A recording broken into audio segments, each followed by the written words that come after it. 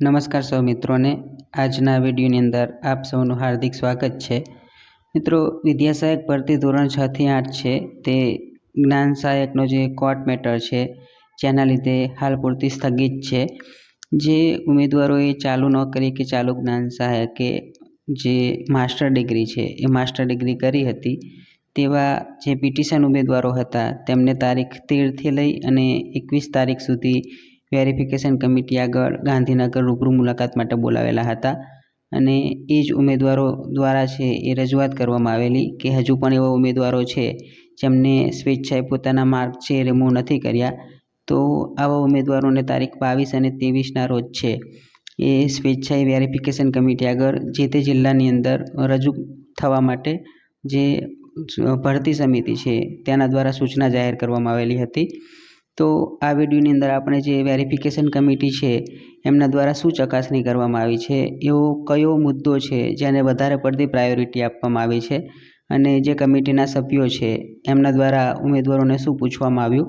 આ તમામ મુદ્દાઓ છે તેની માહિતી આ વિડીયોની અંદર આપણે મેળવીશું અને જોઈશું કે હવે પછીની આગળની પ્રક્રિયા છે એ શું હોઈ શકે છે।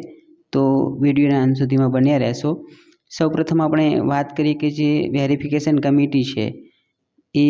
વેરિફિકેશન કમિટી દ્વારા શું ચકાસણી કરવામાં આવી છે અને જે ઉમેદવારો છે એમની પાસે કઈ પ્રકારનું ફોર્મ ભરાવવામાં આવ્યું હતું।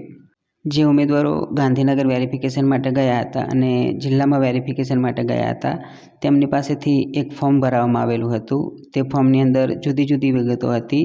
જેમાં ઉમેદવારનું નામ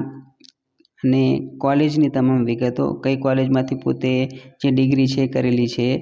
જે કોલેજની એડમિશન ડેટ છે, પરીક્ષાની તારીખો, કોલેજનો સમય, એવી જ રીતે એ જ ફોર્મની અંદર જે જ્ઞાન સહાયક તરીકે જોડાયા તારીખ છે, પોતાની જે સ્કૂલ હતી એ સ્કૂલનો સમય શું હતો, એ પરીક્ષાનો સમયગાળો અને જે ઉમેદવાર છે એ ઉમેદવારે નોકરી દરમિયાન રજાઓ કેટલી મૂકેલી છે, આ તમામ વિગતો છે એ ફોર્મની અંદર હતી અને આ ફોર્મ છે એ ઉમેદવારો પાસેથી ભરાવવામાં આવેલું હતું। ત્યારબાદ ઉમેદવારો પાસેથી જે દસ્તાવેજો છે એ દસ્તાવેજો મંગાવેલા હતા, તે તમામ ડોક્યુમેન્ટ છે એ ડોક્યુમેન્ટ જે ત્યાં વેરિફિકેશન માટે જે સભ્યો બેઠા હતા તે ચકાસતા હતા, જેમાં કોલેજનું હાજરીપત્રક છે, જે જ્ઞાન સહાયક કે ચાલુ નોકરીએ જે મસ્ટર છે મતલબ જે હાજરીપત્રક છે એની વિગતો, જે રજાઓ ભોગવેલી છે એ રજાઓ કપાત રજા ઉપર રહીને ભોગવેલી છે કે પછી જે CLO આવે છે તે ભોગવેલી છે,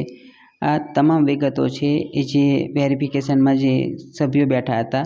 તે તપાસતા હતા અને એ તમામ ડોક્યુમેન્ટ છે એ ડોક્યુમેન્ટ ઉમેદવારો પાસેથી લઈ અને અંદર જે વેરિફિકેશન કમિટીના 3 સભ્યો બેઠા હતા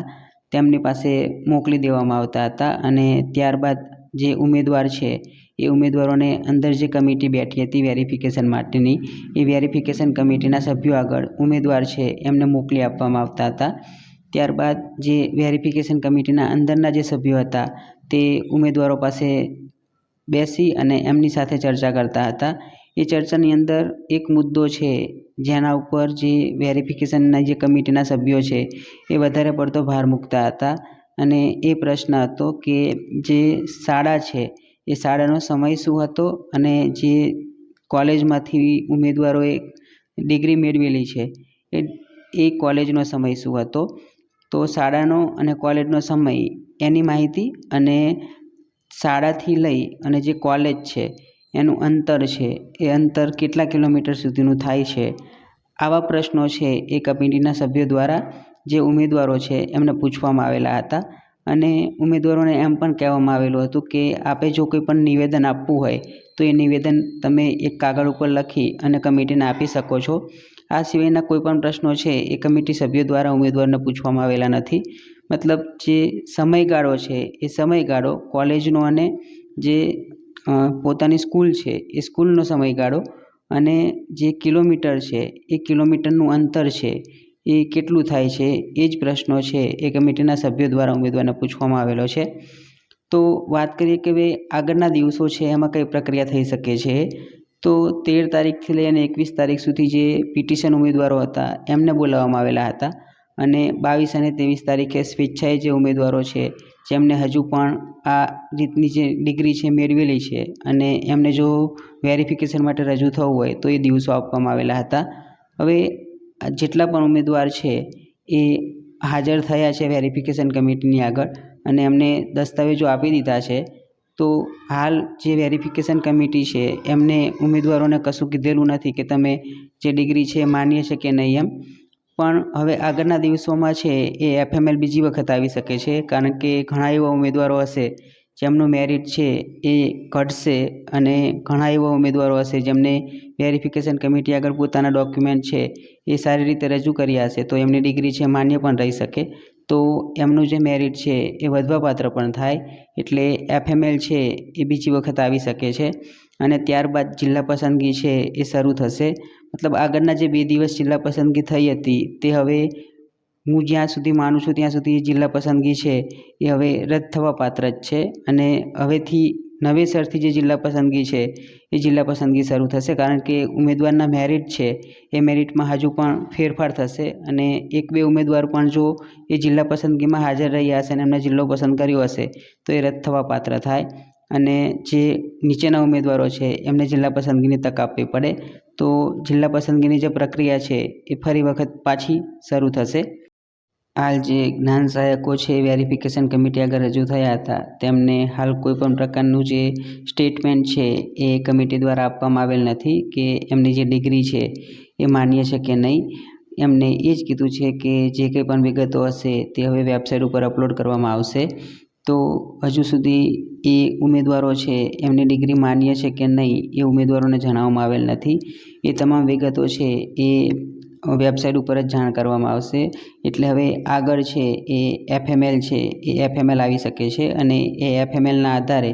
જે નવી જિલ્લા પસંદગી છે એટલે કે પુનઃ જિલ્લા પસંદગીની પ્રક્રિયા છે એ શરૂ થઈ શકે છે. મિત્રો, ઘણા બધા ઉમેદવારોના પ્રશ્ન છે કે 6 થી 8ની જે જિલ્લા પસંદગીની પ્રક્રિયા છે જે સ્થગિત કરવામાં આવી હતી એ પુનઃ ક્યારે ચાલુ થશે એમ. તો હાલમાં તો ધોરણ 1 થી 5ની જે કચ્છ સ્પેશિયલ ભરતી છે એની જિલ્લા પસંદગી ચાલુ છે. હવે આ જિલ્લા પસંદગીનો જે પ્રથમ રાઉન્ડ છે એ પૂર્ણ થવાને આરે છે અને હજુ પણ જો કોઈ કેટેગરીની જગ્યાઓ બાકી રહેશે તો બીજો રાઉન્ડ પણ કચ્છનો આવશે. એટલે જ્યાં સુધી માનવું છે ત્યાં સુધીમાં જે કચ્છની 1 થી 5ની જે જિલ્લા પસંદગીની પ્રક્રિયા છે એ પૂર્ણ થઈ જાય ત્યારબાદ જ જે ધોરણ 6 થી 8ની જિલ્લા પસંદગીની જે પ્રક્રિયા છે